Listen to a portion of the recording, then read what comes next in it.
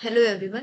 Youth our academy में daily आपकी current affairs classes होती हैं और जो भी डेली के इम्पोर्टेंट आर्टिकल्स होते हैं उनका हम मैगजीन बनाते हैं डेली। और एक बहुत ही अच्छे तरीके से आपको चीज़ों को पेपर वाइज डिवाइड करके बताया जाता है, जिससे आपका एग्जाम जो है यूपीएससी और यूपीपीसीएस और अदर जो स्टेट सर्विसेज के एग्जाम है, इसके लिए ये मैगजीन काफ़ी हेल्पफुल हो जाती है। तो आप ज़्यादा से ज़्यादा हमसे चैनल पे जुड़िए और डायरेक्ट क्लास से अटैच होने के लिए आपको व्हाट्सएप नंबर प्रोवाइड किया गया है, उस पे आप बात करके और क्लास कर सकते हैं। तो चलिए आज की क्लास स्टार्ट करते हैं। है ना। चलो स्टार्ट करते हैं फिर। सी राजगोपालाचारी के बारे में पूरा उनका डिटेल में, उनका क्या लाइफ रहा, कैसा उनका प्रिंसिपल था, क्या पॉलिटिक्स था, इसके बारे में पूरा डिटेल एक अच्छा आर्टिकल था, इंडियन एक्सप्रेस में था ये। और इसमें जैसे कि अभी राष्ट्रपति भवन में इनका जो है वो एक स्टैचू मतलब लगा है। ये ब्रिटिश आर्किटेक्ट थे एडविन ल्यूटियन, जिन्होंने पार्लियामेंट बनाई थी, उनको रिप्लेस करके इनका लगा है। और इनके पूरे बताया गया है कि 1878 में तमिलनाडु में ये बॉर्न हुए थे। और इन्होंने अपना जो पॉलिटिकल करियर है उसको शुरू किया, मतलब पॉलिटिकल उसमें ये एस्पेक्ट उस चीजों में आए एज ए लॉ स्टूडेंट। इन्होंने होम रूल जो लीग था एनी बेसेंट का, उसको 1916 में ज्वाइन किया। और ये गांधी जी के काफी सहयोग मतलब प्रमुख सहयोगी थे, बहुत क्लोज थे उनके। सॉल्ट सत्याग्रह जब हुआ था तो उसमें भी इन्होंने पार्टिसिपेट किया था। साउथ में इन्होंने पूरा अपना योगदान दिया था 1930 में। दो बार ये जो है वो इनका जो है वो अरेस्ट हुआ था। और इसके साथ साथ इन्होंने जो मार्जिनल कम्युनिटीज थी उनके लिए भी काफी काम किया। टेम्पल एंट्री मूवमेंट में इनकी प्रमुख हाँ, भूमिका वो थी। स्क्रीन स्क्रीन नहीं आ आई। गई, आ गई। आ गई, अब आ गई। हाँ, तो उनके लिए भी एक काफ़ी इन्होंने काम किया।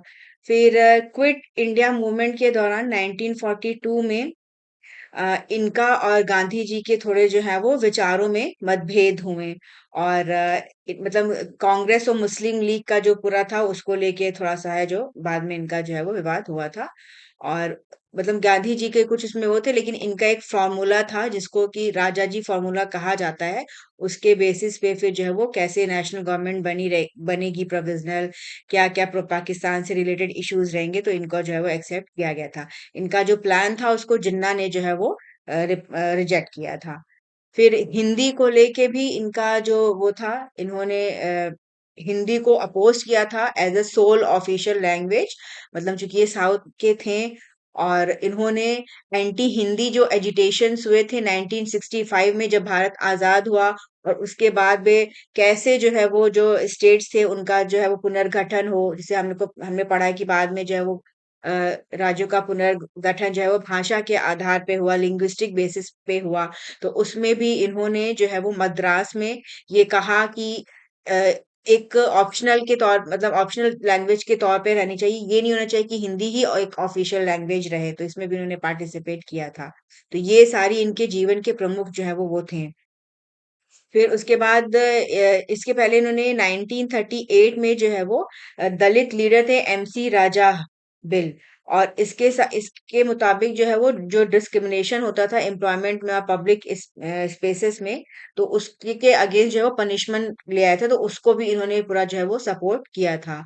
फिर इसके अलावा इन्होंने एक प्रॉमिस किया था कि जो मीनाक्षी टेम्पल है, और अगर वो रोकते हैं दलित को आने से, तो उसके अगेंस्ट भी जो है उन्होंने एक प्रोटेक्टिव लेजिस्लेशन जो है वो ले आया था।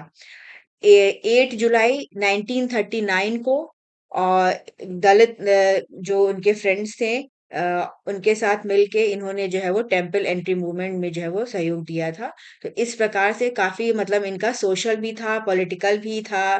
ठीक है। ब्रिटिशर्स मतलब इनको वो भी मानते थे, मतलब पढ़े लिखे व्यक्ति थे, तो इनकी सारी इनका प्लान भी जो वो होता था। तो मतलब इनकी ये पूरी जो है वो लाइफ जर्नी जो है वो रही है। फिर आजादी के बाद इन्होंने इन्होंने जो है वो होम मिनिस्टर के तौर पे सर्व भी किया था। फिर जब आजाद हो गए तो कांग्रेस में ये रहे इनिशियली। फिर 1959 में इनका जो है वो नेहरू जी से विवाद हुआ थोड़ा, और इन्होंने एक स्वतंत्र पार्टी बनाई। और इसके बाद इन्होंने जो है वो ये एडवोकेट थे for free enterprise with some controls, मतलब और इन्होंने जो उस टाइम पे सिस्टम था उसके ये मतलब थोड़ा सा विरोध में जो है वो आ गए थे बाद में।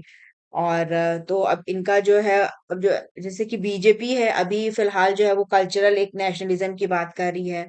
तो मतलब ये रिफ्लेक्ट मतलब कर रहा है कि कैसे जो उस टाइम पे जो लीडर थे उनको ज्यादा से ज्यादा मतलब ये आगे रहने के लिए ये सब जो है वो हो रहा है।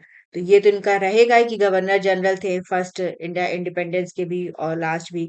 और इसके बाद फिर इन्होंने जब अपनी स्वतंत्र पार्टी बनाई तो ये चीफ मिनिस्टर भी रहे मद्रास स्टेट के।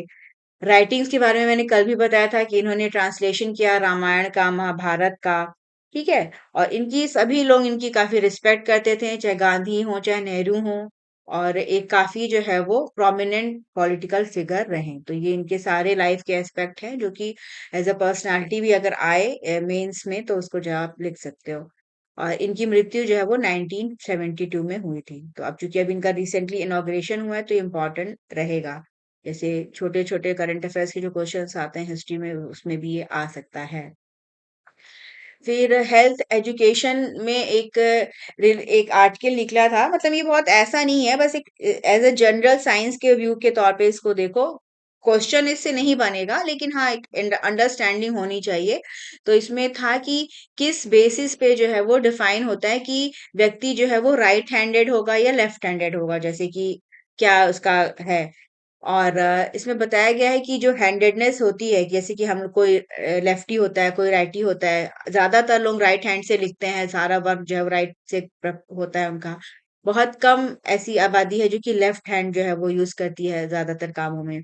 तो इसमें इसमें एक आर्टिकल था साइंटिफिक कि न्यूरल बेसिस होता है। और ये किसी सिंगल पार्ट ऑफ ब्रेन के वजह से नहीं होता है, जैसे अभी तक हमारी जो अंडरस्टैंडिंग थी कि एक सिंगल, जैसे कि राइट ब्रेन जिसका ज्यादा बड़ा होगा वो राइट ही होगा, जिसका लेफ्ट होगा तो ये। तो ऐसा नहीं है, इस पे इन्होंने नया रिसर्च किया है और तो ये पता है। और इन्होंने कहा कि जो राइट हैंडेड पीपल होते हैं उनका जो लेफ्ट हेमिस्फीयर है वो ज्यादा स्ट्रांग होता है। ठीक है। और उसका कंट्रोल होता है फाइन हैंड मूवमेंट्स पे। और यही जो है वो लैंग्वेज को भी जो है वो डोमिनेट करता है कि भाषा वगैरह कैसी रहेगी, मतलब जैसे को बहुत से लोग बहुत जल्दी जो है वो ग्रैस्प करते हैं वो चीजें। और जो लेफ्ट हैंडेड पीपल होते हैं इनका जो पैटर्न है वो मिक्स टाइप का पाया गया। स्टडी हुई काफी सारे जो मतलब लोग हैं उनमें, तो पाया गया कि एवरेज डिफरेंस होता है कैसे जो है वो जो मोटर एरिया होता है ब्रेन का वो कैसा जो है वो वर्क कर रहा है। और कैसे जो दोनों हेमिस्फीयर हैं ब्रेन के उनके बीच का क्या कम्युनिकेशन है। तो पार्ट मतलब इसे माना गया है कि पार्टली जो है वो जेनेटिक होता है और इट इज पॉलीजेनिक, मतलब कि सिंगल जीन की वजह से ना होके कई सारे जीन्स का एक कंबाइंड इफेक्ट होता है। और ब्रेन की जो हमारे जो दोनों हेमिस्फीयर हैं उनका भी जो कंट्रोल होता है वो इसी से वो होता है डिफाइन। और उसी के बेसिस पे फिर ये होता है कि व्यक्ति जो है वो किस प्रकार से बिहेव करेगा, क्या उसका पैटर्न रहेगा अपने हैंड्स के यूज को लेके। तो ये इन्होंने मतलब कि जेनेटिक इसका कहीं ना कहीं चीजें जो है वो हैं। ये एक बहुत ही कॉम्प्लेक्स ट्रेट होता है और इसमें काफी सारी रिसर्चेस पहले भी हुई हैं, अभी भी होती रहती हैं। और इसमें बताया गया है कि 85 टू 90% जो लोग हैं वो राइट हैंडेड होते हैं। और जो टोटल आबादी है उसकी सिर्फ 10 से 15% पॉपुलेशन जो है वो लेफ्ट हैंडेड रहती है। तो क्या चीजें हैं, क्या गवर्न होता है, तो मतलब जीन्स भी उसमें इफेक्ट करते हैं। ठीक है। कहीं ना कहीं हार्मोन्स वगैरह का भी, एक्सपोजर का भी इम्पैक्ट पड़ता है, इन्वायरमेंटल फैक्टर्स का भी है। तो मल्टी डायमेंशनल चीजों से ये जो है वो डिफाइन होता है। तो बस इसको एक अंडरस्टैंडिंग के तौर पे जाने रहो। फिर गोरखपुर में एक मिलिट्री ऑप्थेल्मिक टीम, इन्होंने 100 से ज्यादा सर्जरी की हैं। और ये इनका पहला एक मेगा एडवांस सर्जिकल आई कैंप लगा गोरखपुर में। तो मतलब ये जो जाने रहो कि इसमें 100 से ज्यादा एक दिन में सर्जरी हुई गोरखपुर में। ठीक है, क्योंकि ये उत्तर प्रदेश का है तो उसके लिए इम्पोर्टेंट रहेगा। फिर राष्ट्रपति हैं द्रौपदी मुर्मू, इन्होंने एक नेशन वाइड कैंपेन इसका इनॉग्रेशन किया। और ये ये सर्जरी इससे किस चीज की थी? आइज की, आइस की। गाइस। आइस की। ठीक है। कैंप लगा के, जैसे होता है ना डिफरेंट डिफरेंट कैंप हाँ। लगाते रहते हैं, जैसे सस्ते में, जैसे कि मोतियाबिंद का, इन सब चीजों का जो है सबसे ज्यादा तो जो है वो कैटरेक्ट या मोतियाबिंद का ही इस तरह के कैंप्स में जो है वो ट्रीटमेंट किया जाता है। और तो राष्ट्रपति इनॉग्रेट किया national campaign saving lives and building a healthier Bharat. और इसको जो है मुंबई के पीडी हिंदुजा हॉस्पिटल में ऑर्गेनाइज किया गया।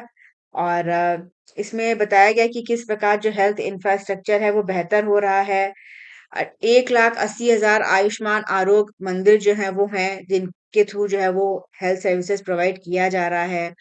आयुष्मान भारत योजना है जिसके तहत 12 करोड़ जो फैमिलीज है इनको हेल्थ कवरेज प्रोवाइड किया जा रहा है। नेशनल प्रोग्राम्स हैं जैसे मिशन इंद्रधनुष है, टीबी फ्री इंडिया है campaign, sickle cell anaemia eradication mission है। इसके तहत जो है वो जो बीमारियां हैं उनको कंट्रोल किया जा रहा है। तो ये एक पूरा हेल्दियर भारत के लिए कैंपेन चलाया चलाया जा रहा है इस हॉस्पिटल में। और राष्ट्रपति जो है वो महाराष्ट्र के अपने दौरे पे हैं, तो वहां पे इन्होंने इनका जो है वो इनॉग्रेशन किया। ठीक है, तो हेल्दी लाइफ स्टाइल को इंश्योर करने के लिए ये चलाया गया है। फिर ये मैंने कल भी ये बताया था ना कि एक नेशनल फेयर लगेगा, आरोग्य फेयर 2026। ये बुल्धाना के शिगांव में होगा। और यहाँ पे जो ट्रेडिशनल मेडिसिन सिस्टम है उसके बारे में पूरा ये मेला रहेगा, और इसमें बताया जाएगा कि किस प्रकार से जो ट्रेडिशनल चीजें हैं वो फंक्शन करती हैं। फिर यूनियन हेल्थ मिनिस्टर इन्होंने एआई इनेबल्ड ई आईसीयू का इनॉग्रेशन किया। मतलब जो आईसीयू है वो एआई से जो है वो उसको कमांड जो है वो दिलाया किया गया है। और ये जो है ये यशोदा मेडिसिटी है, ये यहाँ पे इसका इनॉग्रेशन हुआ है, नोएडा में है ये। और यहाँ पे टेक्नोलॉजी ड्रिवन जो है वो क्रिटिकल सर्विसेज प्रोवाइड की जाएंगी। तो इस प्रकार से एआई का यूज जो है हेल्थ में आईसीयू या इंटेंसिव केयर यूनिट में कैसे कर सकते हैं, मतलब ये भी एक इम्पॉर्टेंट चीज रहेगी। तो यहाँ पे इन्होंने बताया कि हम एआई को ज्यादा से ज्यादा हेल्थ में ले आ रहे हैं। 1.81 अभी जैसे मैंने पहले बताया आयुष्मान आरोग्य मंदिर हैं, ऑपरेशनल हैं। इसके अलावा 50,000 certified national quality assurance standards हैं। और इन्होंने कहा है कि हम जितने भी आरोग्य मंदिर हैं 2 साल के भीतर में उनको 100% जो है सर्टिफाई कर देंगे। रिसेंटली इन्होंने लॉन्च किया था एक सही पोर्टल और एक बोध इनिशिएटिव, अभी जब हमारी एआई इंडिया समिट हुई थी तो उसके बारे में इन्होंने बताया कि ये जो है वो इसका पोर्टल दोनों बने हैं। सही है एक डिजिटल प्लेटफॉर्म जो कि प्रमोट करेगा एथिकल और validated use of AI in health care. और ये जो बोध इनिशिएटिव है ये भी जो है वो इसीलिए है कि किस प्रकार से एआई का यूज किया जाए।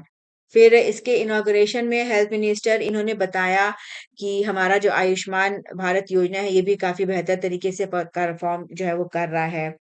फिर इन्होंने बताया कि हमारा जो यूएन प्लेटफॉर्म है, यूविन डिजिटल प्लेटफॉर्म, जिसमें जो है वो कितना वैक्सीनेशन हुआ है, कितनी सर्विसेज प्रोवाइड की गई हैं, इसका एक ट्रैक रिकॉर्ड रखा जाता है। तो यूविन पोर्टल पे 11.74 करोड़ जो इंडिविजुअल्स हैं उनका रजिस्ट्रेशन है, जो हमारा यूनिवर्सल हेल्थ प्रोग्राम है इसके तहत। और इसके तहत जो है वो वैक्सीन्स जो है वो लगाई जाती हैं जो प्रिवेंटेबल डिजीजेज हैं उनके। तो मतलब इस प्रोग्राम का भी एक यूनिवर्सल जो है कवरेज है। तो ये इन्होंने इसका इनॉग्रेशन में ये सारी चीजें बताई। फिर यूनियन कैबिनेट इन्होंने अप्रूव किया है कि अब स्टेट ऑफ केरला का नाम जो है वो केरलम हो जाएगा। ठीक है।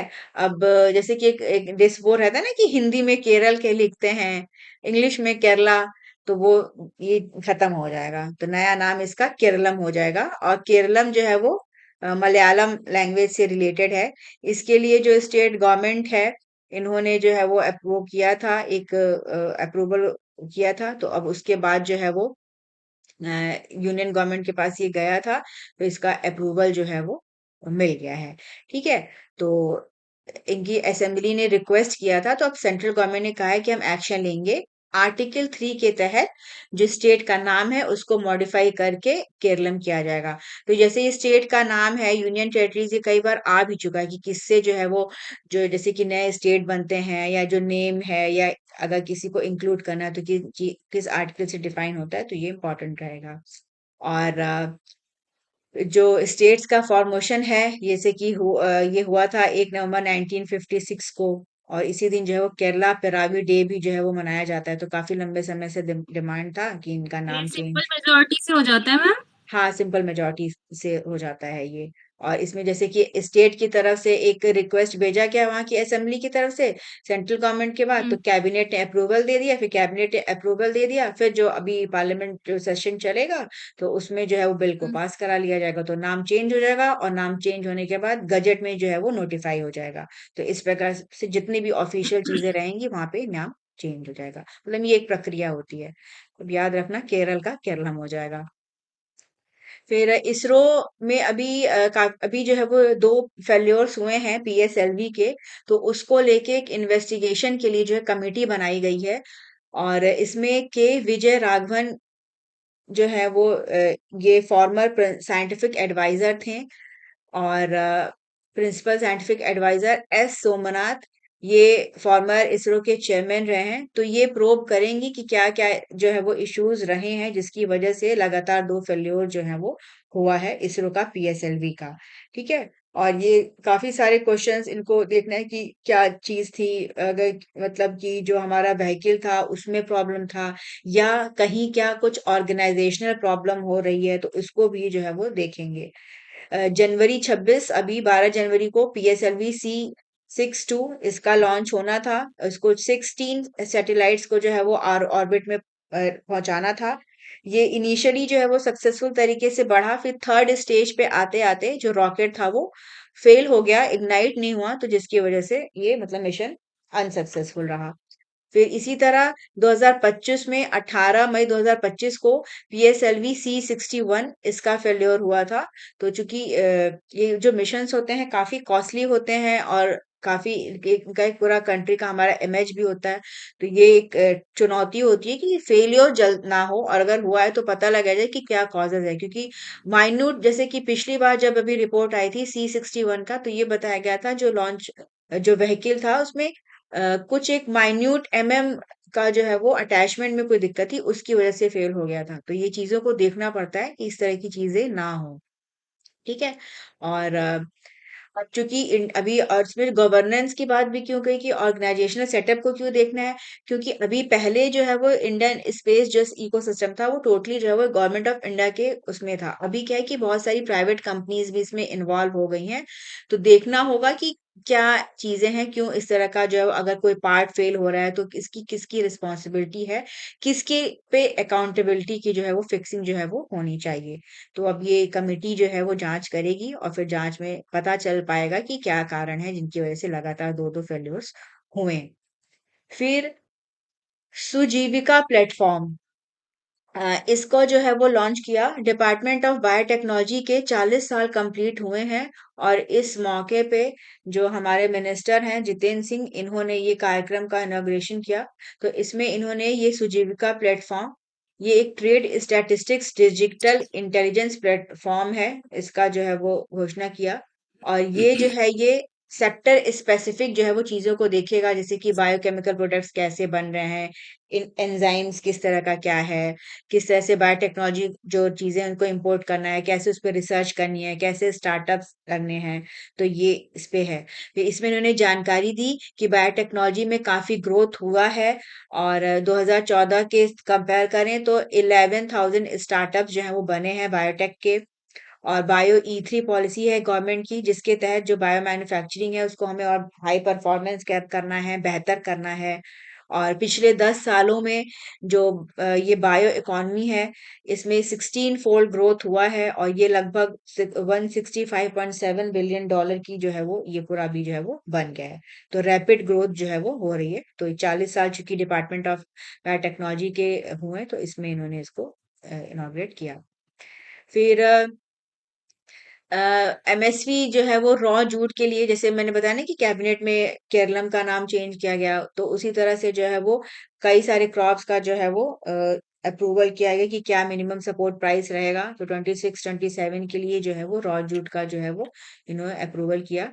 और इसको 5,927 पर कुंटल रखा गया है फॉर 2026-27। एक बार ये यूपी पीसेस में जो है वो पूछ दिया था कि क्या जो है वो एमएसपी रखा गया है। कभी कभी ये पूछ देते हैं किसी किसी क्रॉप्स को लेके, स्पेशली जैसे वीट है, राइस है ना, जूट है, ऑयल का। तो ये रख देते हैं। तो इसका जो है वो इन्होंने ये भी अप्रूवल किया। जूट एक नेचुरल फाइबर होता है और इसका गोल्डन शाइनी शाइन होता है, इसको गोल्डन फाइबर भी कहा जाता है। ये one of the most affordable natural fibres माना जाता है कॉटन के बाद। और इसका जो है वो कई जो है वो मेजर जो है वो यूज है। इंडिया जो है मेजर इसका प्रोड्यूसर भी है। तो इसको भी बढ़ावा दिया जा रहा है ताकि ज्यादा से ज्यादा इस सेक्टर में भी जो है वो ग्रोथ हो। जूट जो है वो वेस्ट बंगाल में ज्यादा होता है। इसके अलावा बांग्लादेश में भी जो है वो एक लीडिंग जो है वो जूट प्रोड्यूसिंग कंट्री है। तो जूट से रिलेटेड ये चीजें हैं। ज्योग्राफी में जैसे इस तरह कौन से सी क्रॉप्स क्रॉप वगैरह होती का है ये? पूछते हैं। आ हेलो। खरीफ की होती है या उसकी रबी की? मैं ये कह रही जूट कौन सी क्रॉप होती है ये? जूट मेरे ख्याल से पता नहीं, ये रबी होती होगी, देखना रबी पड़ेगा। होती है। रबी होती है शायद ये, हाँ। हम्म। रबी होती है ना। अम्म, रबी की ही है ये, क्योंकि अभी जो है वो इसका किया गया तो रबी की ही क्रॉप होगी ये। ठीक है। फिर एक्सपोर्ट प्रमोशन मिशन के बारे में है एक अच्छा आर्टिकल निकला कि किस प्रकार से जो है वो जो गवर्नमेंट है इसको सपोर्ट प्रोवाइड कर रही है कि एक्सपोर्ट जो है वो बेहतर हो सके। और जूट ना खरीफ क्रॉप है, समर में बोते हैं इसको। सोन खरीफ। पीरियड मार्च अप्रैल में है। हाँ, अच्छा। अच्छा, तो हाँ, तो जूट मानसून क्रॉप है। मॉनसून। अच्छा। हाँ। ठीक, खरीफ हाँ, ठीक है। और पल्सेस के को जो है वो ज्यादा से ज्यादा प्रोड्यूस करने के लिए इस मिशन को लिया गया है। और इसका उद्देश्य है कि तुम्हारा जो उड़द दाल है, तुअर दाल है, इन सब का जो है वो ज्यादा से ज्यादा प्रोडक्शन बढ़ाना, फार्मर्स को रजिस्टर करना। ठीक है। और एक टारगेट रखा गया है कि 2030 और 31 तक जो है वो ज्यादा से ज्यादा जो है वो सपोर्ट प्रोवाइड करके प्रोडक्शन को इसमें पूरा बढ़ावा देना। और 2026 के रबी सीजन के लिए काफी जो है वो फार्मर्स को जो है वो सपोर्ट प्राइस भी इसमें प्रोवाइड किया गया है। और किस प्रकार से जो है वो इसमें एक प्रधानमंत्री अन्नदाता आय संरक्षण अभियान है या पीएम आशा। इसके तहत जो है वो गारंटी किया जा रहा है कि फार्मर्स को उनकी जो उपज है उसका फेयर बेहतर प्राइस जो है वो दिया जा सके ताकि उनको जो है वो इसका फायदा हो। तो पीएम आशा योजना जो है वो पल्सेस मिशन से रिलेटेड है और कृषि मतलब कृषि क्षेत्र से है कि किस प्रकार से फार्मर्स को प्रोटेक्ट किया जाए और इनका जो प्रोडक्शन है उसको बूस्ट किया जाए, इंफ्रास्ट्रक्चर को बेहतर किया जाए और फार्मर्स का जो मार्केट एक्सेस है उसको भी और बढ़ावा दिया जाए। तो एक्सपोर्ट प्रमोशन मिशन है। इसका ये डिटेल आर्टिकल था, मतलब ये मेंस के लिए अच्छा है। इसको मतलब लिख यूज कर सकते हैं आंसर राइटिंग में। और नवंबर 2025 में इसको अप्रूव किया गया। और बहुत सारे जो एक्सपोर्ट से रिलेटेड जो मेजर्स हैं उसको को इसमें ध्यान में रखा गया है। 2025-26 के लिए इसका जो टोटल आउटपुट आउटले था ये 25,060 करोड़ रुपए का रखा गया है। और इसको जो है वो पूरा एक 5 साल का पीरियड किया गया है कि हमको इतने टाइम में जो हमारा एक्सपोर्ट है उसको बेहतर करना है। एमएसएमईस को जो है वो बूस्ट करना है, उन्हीं पे ज्यादा इम्फेसिस करना है। और ये चूंकि एमएसएमई की अगर हम बात करें तो बहुत ज्यादा जो है वो एम्प्लॉयमेंट यहाँ से जनरेट होता है, लेबर इंटेंसिव ये पूरा एक सेक्टर रहता है। तो इसके लिए ये पूरा मिशन इन्होंने लगाया है। इसमें इन्होंने दो सब स्कीम्स को जोड़ा है, निर्यात प्रोत्साहन और निर्यात दिशा। निर्यात जो प्रोत्साहन है उसके तहत जो है ये फाइनेंशियल जो इनेबलर्स हैं उनको सपोर्ट करते हैं कि किस प्रकार से पैसे की कमी ना हो, कैसे जो है वो सपोर्ट किया जाए कि जो बिजनेस हैं, जो छोटे छोटे जो हमारे लोग हैं इसमें ज्यादा से ज्यादा जुड़े। और जो निर्यात दिशा है ये नॉन फाइनेंशियल मार्केट से रिलेटेड चीजों को जो है वो पूरा देखती है कि किस प्रकार से इस सिस्टम को जो है वो बेहतर बनाया जा सके। तो मतलब इसका यही है कि ज्यादा से ज्यादा एक्सपोर्ट हमारा बढ़े। और उस पे तो उससे क्या होगा, उससे इकोनॉमी को जो है वो बूस्ट मिलेगा। और इसमें जैसे कि 7 जो है वो अभी जो इसके पहले जो जैसे एक्सपोर्ट होता था तो इसमें काफी सारी चीजें थी। और अब इसमें 7 एडिशनल इंटरवेंशन किए गए हैं जो एक्सपोर्ट प्रमोशन स्कीम है इसके अंतर्गत। और ये जैसे कि इसमें ऑल्टरनेटिव ट्रेड फाइनेंस इंस्ट्रूमेंट्स की बात कही गई है। ई कॉमर्स को कैसे बढ़ावा दिया जाए एक्सपोर्ट में, उस पे बात कही गई है।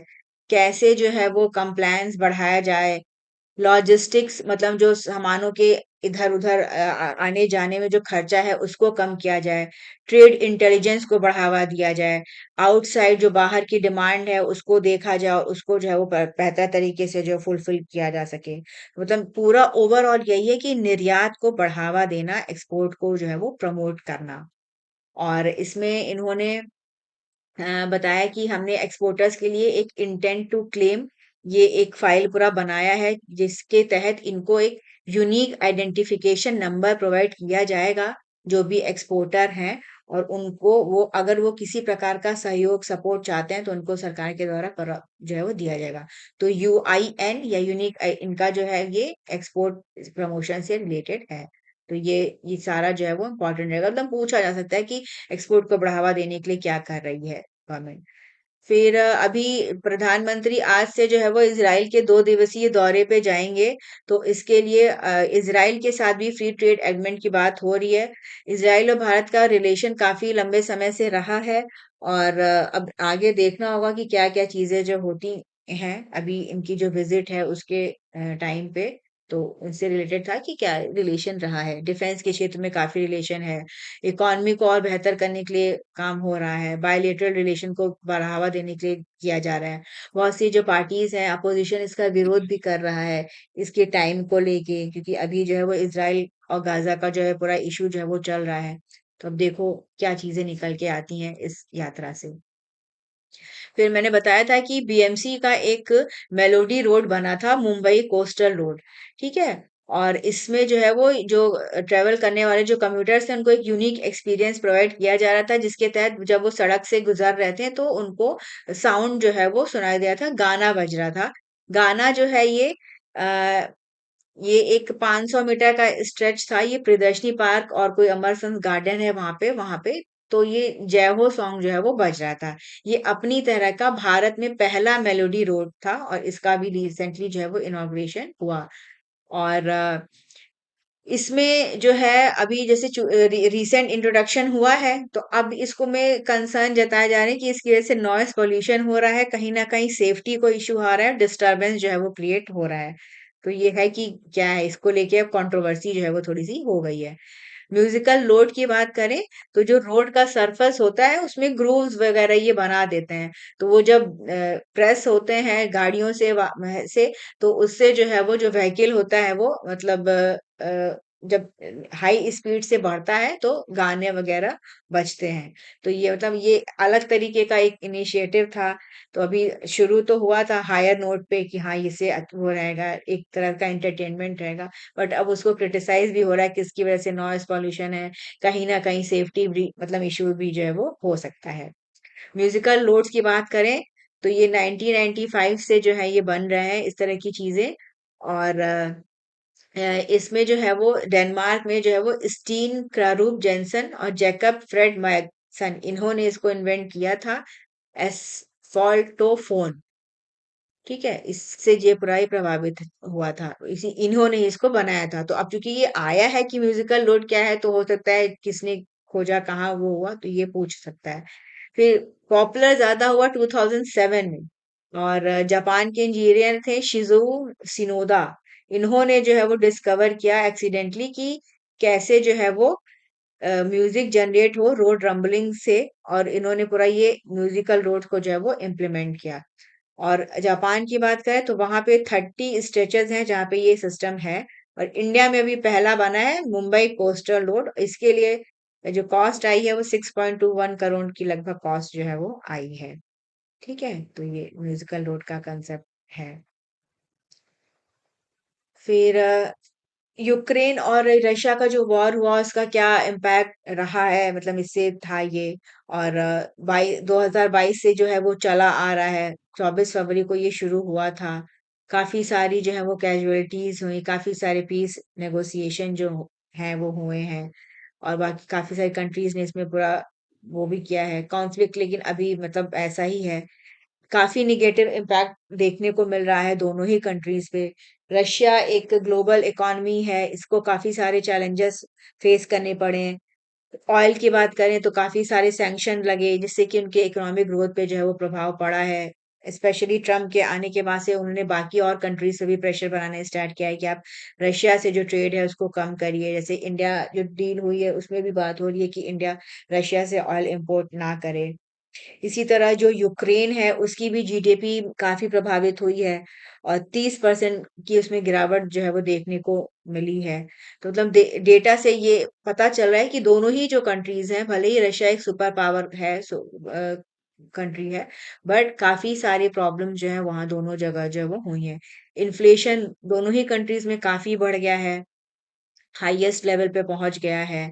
एसेंशियल जो आइटम्स हैं, मतलब उनके दाम बढ़े हुए हैं, इसकी वजह से लोगों को काफी दिक्कतों का सामना करना पड़ रहा है। तो कहीं ना कहीं कहीं भी अगर वॉर होता है तो उसका जो हार्मफुल इफेक्ट है वो पूरी कंट्री को, जो लोग हैं, जो सिटीजन्स हैं, उनको जो है वो झेलना पड़ता है। तो यही था कि क्या इम्पैक्ट रहा है। फिर कैबिनेट ने अप्रूव किया है 3 रेलवे प्रोजेक्ट्स जो कि 9,072 करोड़ रुपए के हैं। अभी जैसे मैंने बताया कि कल वो केरलम का वो हुआ अप्रूवल, तो उसी में ये भी हुआ है। और 3 प्रोजेक्ट्स बनेंगे, ये गोंडिया जबलपुर सेक्शन, और इसके अलावा बिहार में पुनारक किऊल, और झारखंड में कमहरिया और चंदील पूरा जो है ये कंस्ट्रक्शन जो है वो होगा। टोटल 307 किलोमीटर का लंबा जो है वो बनेगा। तो जो कैबिनेट होती है, ये एक प्रमुख जो है वो गवर्नमेंट की जो बॉडी होती है, जो भी मेजर डिसीजंस होते हैं, जो भी गवर्नमेंट की जो भी पॉलिसीज होती हैं, वो कैबिनेट ही जो है वो डिसाइड करता है। फिर जो हमारा मिनिस्ट्री ऑफ एनवायरनमेंट है, ये एक नया इनिशिएटिव शुरू कर रहे हैं, हिम कनेक्ट। और हिम कनेक्ट की अगर हम बात करें तो ये डेडिकेटेड रहेगा क्लाइमेट लीडरशिप और साउथ साउथ कॉपरेशन को। और इसका उद्देश्य है क्लाइमेट रिजिलियंस को बढ़ावा देना, ग्रीन ग्रोथ को बढ़ावा देना, सस्टेनेबल डेवलपमेंट को बढ़ावा देना। और फोकस इसका पूरा जो है वो हिमालयन रीजन पे रहेगा। और ये अभी 25-26 से ये जो है वो शुरू होगा। तो नाम दे दिया गया है हिम कनेक्ट इनिशिएटिव। और इसमें जो हिमालयन सिस्टम है, पूरा जो रीजन है, कॉम्प्लेक्स माउंटेन सिस्टम, उस पे कैसे स्टडी किया जाए, कैसे जो नेगेटिव इम्पैक्ट पड़ रहा है उसको रोका जाए, इसके लिए ये पूरा जो है वो इनिशिएटिव अभी चलेगा। तो मिनिस्ट्री ऑफ एनवायरनमेंट इसको जो है वो शुरू कर रहा है। फिर अभी जैसे मैंने बताया कि प्रधानमंत्री जो है वो इजराइल की यात्रा पे गए हैं, तो बातचीत स्टार्ट हो गया है। तो हो सकता है इस यात्रा के दौरान इजराइल के साथ हमारा फ्री ट्रेड एग्रीमेंट हो जाए। इसके अलावा इंडिया और गल्फ कॉरपोरेशन काउंसिल, इनका भी जो है वो फ्री ट्रेड एग्रीमेंट के लिए एक जॉइंट स्टेटमेंट जो है इन्होंने साइन किया है। तो मतलब अभी हमारा, जैसे हमने देखा है पहले यूके के साथ, न्यूजीलैंड के साथ हुआ, यूरोपियन यूनियन के साथ हुआ, ओमान के साथ हुआ, अभी फिर यूएस के साथ हुआ, है ना। तो डिफरेंट डिफरेंट जो कंट्रीज हैं उनके साथ फ्री ट्रेड एग्रीमेंट जो है वो या तो साइन हो चुके हैं या निगोशिएशन चल रहे हैं। तो मतलब यही है कि ट्रेड को ज्यादा से ज्यादा बढ़ावा देने के लिए मतलब ये चीजें हैं, और देखना होगा कि क्या इम्पैक्ट पड़ता है। हर कंट्री के साथ जो डील हो रही है वो अलग तरीके से हो रही है। तो अभी इसराइल के साथ भी संभावना है कि हो, और फिर बाकी गल्फ कंट्रीज के साथ भी जो है वो हो सकता है। प्लेयर हैं, इनका ये यूएस की प्लेयर हैं, और ये चाइना के साथ चाइना की तरफ से जो है वो खेल रही हैं। तो इनका जो है वो नाम काफी जो है वो अभी चर्चा में बना हुआ है। वहां पे विंटर ओलंपिक्स में जो है वो ये पार्टिसिपेट जो है वो कर रही हैं। तो इनका नाम है आपका, एक मिनट, एलीन गू, EILEEN GU गू। तो इसको लेके काफी कंट्रोवर्सी हो गया है कि ये यूएस की प्लेयर हैं, और ये चाइना को इन्होंने रिप्रेजेंट किया है विंटर ओलंपिक्स में। और इन्होंने जो है वो फ्री स्टाइल स्कीइंग में जो है वो फाइनल में जो है वो जीता भी। तो उसके बाद से जो है वो जैसे हो आउटरीच हो रहा है कि तो कैसे मैम वो ऐसे कैसे करती हैं चाइना पार्टिसिपेट वहां से? चाइना की तरफ से खेल रही है यूएस की सिटीजन, और खेल रही है चाइना की तरफ से। तो मतलब ये पॉसिबल है, कहीं से भी खेल हाँ हाँ सकते हैं? हाँ, उन्होंने काफी टाइम से ये जो है वो खेल जो है वो इनका चल रहा है। और अभी रिसेंटली अब चूंकि जीती होती है, तो मतलब कैसे जो है अपने हेरिटेज को छोड़ के अमेरिका वो छोड़ के आप चाइना के साथ वो कर रहे हैं, तो इसको लेके काफी सारा विवाद है। तो बस नाम जाने रहो, ये पूछेगा नहीं मतलब ये कि किससे रिलेटेड है, मतलब स्कीइंग से रिलेटेड है। विंटर ओलंपिक्स में उन्होंने पार्टिसिपेट किया है, यूएस की ये जो है ये प्लेयर हैं, एलिन गो। बस नाम इनका ध्यान में रखना कि मान लो कहीं आ ही जाए। नाम तो वैसे चाइनीज ही है। नहीं नहीं, है ये अमेरिकन, एलिन गो। नहीं, ऐसे भी और हो सकता है चाइना ओरिजिन की हो, फिर जाके वहां सिटीजनशिप ले ली हो, देखना पड़ेगा इसका। ना है, ये अमेरिकन ही है, अमेरिकन ही है ये। इसी पे तो इनका विवाद है ये पूरा, कि क्यों ये जो है वो उसके साथ जो है वो खेल रही हैं। और क्या मतलब इनका है वैसे बताया गया है कि ईरान के पास जो है काफी सारे बैलिस्टिक मिसाइल्स हैं जो कि स्ट्राइक कर सकते हैं जो अमेरिका के बेसिस हैं उनके आसपास के रीजन में, साथ ही साथ इसराइल में। तो अब अभी चूंकि ईरान और जो जो कॉन्फ्लिक्ट है वो काफी बढ़ गया है, और ईरान ने कहा भी है कि स्ट्रेट ऑफ हॉर्मुज को हम रोक देंगे, ट्रेड नहीं होने देंगे वहां से। ठीक है, तो इसको भी लेके इशू है, अभी बातचीत चल रही है।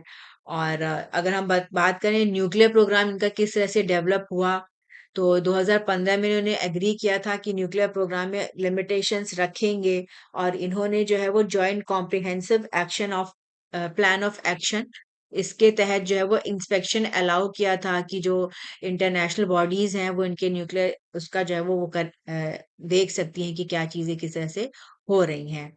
फिर अ, मतलब ये ठीक चल रहा था। फिर बाद में 2018 में जो है वो इन्होंने जो यूएस था उसने अपने आप को इस प्लान से हटा लिया, तो उसके बाद से जो विवाद है ये और भी गहरा गया। और 2025 की बात करें तो बार बार यूएस ने एलिगेशंस लगाया है कि ईरान जो है वो अपने जो न्यूक्लियर फैसिलिटीज हैं उनका यूज यूरेनियम इनरिचमेंट के लिए कर रहा है, तो इसकी वजह से बॉम्बिंग भी हुई 13 जून को।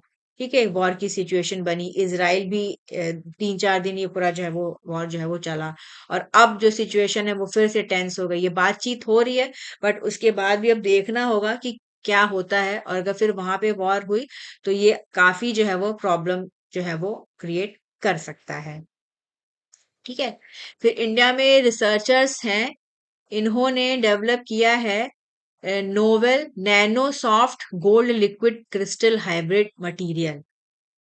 और ये जो मटेरियल है इन्होंने बताया है कि काफी स्टेबल है, और हाई टेम्परेचर पे जो फ्लक्चुएशंस है इसमें कम है, जिसकी वजह से इसका जो ऑप्टिकल फीचर्स है वो बेहतर है। तो ये एक नया मटेरियल इन्होंने तैयार किया है, इस पे पूरा काम इन्होंने किया है, और सक्सेसफुली इन्होंने इसको जो है वो पूरा डेवलप किया है।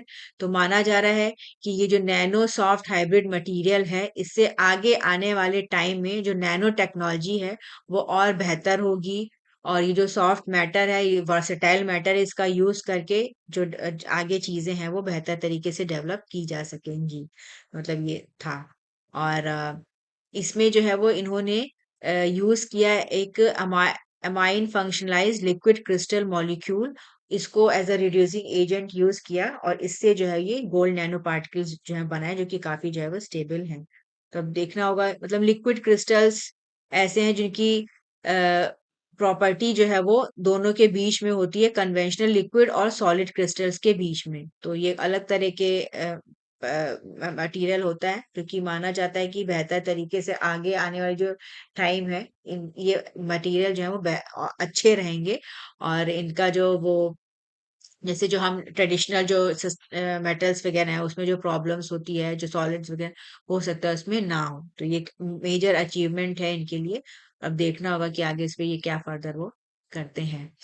फिर लेनाकेपैविर, इस पे एक आर्टिकल निकला था, मैंने बताया था ना कि ये एचआईवी ट्रीटमेंट के लिए जो जिम्बाब्वे है वहां पे ये एक मेडिसिन ये प्रोवाइड करेंगे, हर 6 मंथ पे वहां पे डोज जो है वो दिया जाएगा। तो अभी गवर्नमेंट ऑफ इंडिया ये भी जो है वो इनका भी है कि हम भी जो है वो एड्स का ये जो है वो इसको जो है वो लोगों को प्रोवाइड कराएंगे। और इसके बारे में बताया गया है कि लेनाकेपैविर ये दुनिया की पहली कैप्सिड बेस्ड एचआईवी इनहिबिटर है जो कि एचआईवी को रोकने का काम करता है। ठीक है, क्लिनिकल जो ट्रायल्स हैं काफी सक्सेसफुल रहे, 100% इसमें माना गया कि इफेक्टिव रहा एचआईवी इन्वेंशन को इन्फेक्शन को प्रिवेंट करने में, जो हाई रिस्क इंडिविजुअल्स हैं उनमें। तो अभी इंडियन गवर्नमेंट जो है उनका ये भी जो है वो जो गर्ल्स को उन्होंने कहा है कि 14 ईयर्स तक की एज की जो है उनके लिए जो है ये नया इनिशिएटिव लेके आने वाली है, उनको प्रोवाइड करेंगी। ठीक है, तो ये जाने रहो कि ये किसने डेवलप किया है। लेनाकेपेविर, इसका ब्रांड नेम है सुनलेंका। डेवलप किया है जिलियड साइंसेस के द्वारा। ये एक नए तरीके का एंटी रेट्रोवायरल जो है वो मेडिसिन है। इसका अप्रूवल 2022 में सबसे पहले यूएस के एफडीए ने किया है, और अब इसका जो है वो यूज में ये काफी जो है वो आ रहा है। मल्टी ड्रग रेजिस्टेंट एचआईवी दवा है ये, जो कि एडल्ट में एचआईवी को होने से रोकेगी। हर 6 महीने पे इसकी जो है वो डोज लेनी रहेगी। तो माना जा रहा है कि ये एचआईवी कंट्रोल में बेहतर आगे आने वाले टाइम में भूमिका निभाएगा। ठीक है, आज डेवलप किसने किया है इसको? जिलियड साइंसेस, नहीं जगह। वैक्सीन यूएस है में, मैम? यूएस का ये है, मेडिसिन फार्मास्यूटिकल कंपनी है ये। नहीं तो वैक्सीन जिम्बाब्वे है का नाम मैम क्या ये? आ रहा था? क्या? अभी कुछ ऐसा आया था ना, जिम्बाब्वे में दी जा रही है ये। जिम्बाब्वे में कल उन्होंने वहां पे रोल आउट कर दिया, ये प्लान शुरू कर दिया कि वहां की जो सरकार है वो इनको जो है वो प्रोवाइड करेगी। जो वहां की जो सिटीजन्स हैं लोगों को ये मेडिसिन देगी। हर 6 6 महीने पे इसके डोजेस दिए जाएंगे, जो कि तो मैम ज्यादा एज ए प्रोन वैक्सीन काम करेगी ये? मेडिसिन एज ए मेडिसिन काम करेगी, वैक्सीन नहीं है, मतलब ये जो मेडिसिन है। बीमार है तो उनको दी जाएगी? हाँ हाँ, और जो मतलब जो टारगेट ग्रुप है वैक्सीन, जहाँ पे, इसमें देखो ऊपर लिखा हुआ है अब्डोन। ठीक है, ये जो है कैलिफोर्निया में इसका हेडक्वार्टर है, जिलियड साइंसेस का। तो ये मेडिसिन मतलब इसका जो मेन जो काम है, ये प्राइमरली जो है वो, ये जो कंपनी है वो HIV, viral hepatitis, oncology, inflammatory diseases पे जो है वो काम करता है। उनके द्वारा इसको बनाया गया है। ठीक है, तो दवा का नाम इम्पोर्टेंट रहेगा क्योंकि पूछते हैं इस तरह से, ये मतलब कि क्या है ना। हम्म। चलो फिर, तो ये आज आपका करंट अफेयर्स का क्लास था, और आप वाईपीए को चैनल को ज्यादा से ज्यादा सपोर्ट करिए, लाइक करिए, और हमसे ज्यादा से ज्यादा जुड़िए।